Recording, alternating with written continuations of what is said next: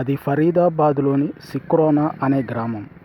ఈ గ్రామంలోని ఓ ప్రైవేట్ స్కూల్లో సంధ్య అనే మహిళ టీచర్గా పనిచేస్తుంది. ఈమె వయసు 29 సంవత్సరాలు. ఆ రోజు 5 ఆగస్టు 2026. ఎప్పటిలాగానే సంధ్య స్కూల్కి వెళ్ళి క్లాస్ రూమ్లో విద్యార్థులకు పాఠాలు బోధిస్తూ ఉంది. ఆ సమయంలో ముఖానికి మాస్క్ పెట్టుకున్న ఒక వ్యక్తి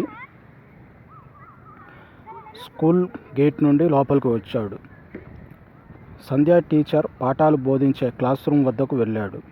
రూమ్ తలుపు వద్ద నిల్చొని సంధ్యని ఏదో మాట్లాడాలని, క్లాస్ రూమ్ బయటికి రావాలని చెప్పాడు. దాంతో పాఠం మధ్యలోనే ఆపేసి సంధ్య క్లాస్ రూమ్ బయటకు వచ్చింది. ఆమె బయటకు రాగానే ఆ మాస్క్ వ్యక్తి జేబులో నుండి కత్తి తీసి సంధ్య కడుపులో దాడి చేయడం ప్రారంభించాడు. 30 సెకండ్లలో సుమారు 34 సార్లు పొడిచాడు. సంధ్య విలవిల్లాడుతూ రక్తపు మడుగులో పడి అక్కడికక్కడే చనిపోయింది.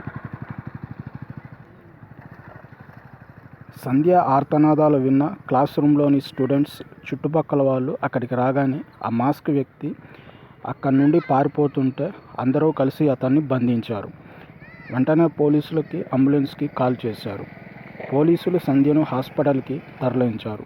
అప్పటికే సంధ్య చనిపోయినట్లు డాక్టర్లు ధృవీకరించారు. నిందితుడిని అదుపులోకి తీసుకుని విచారించారు.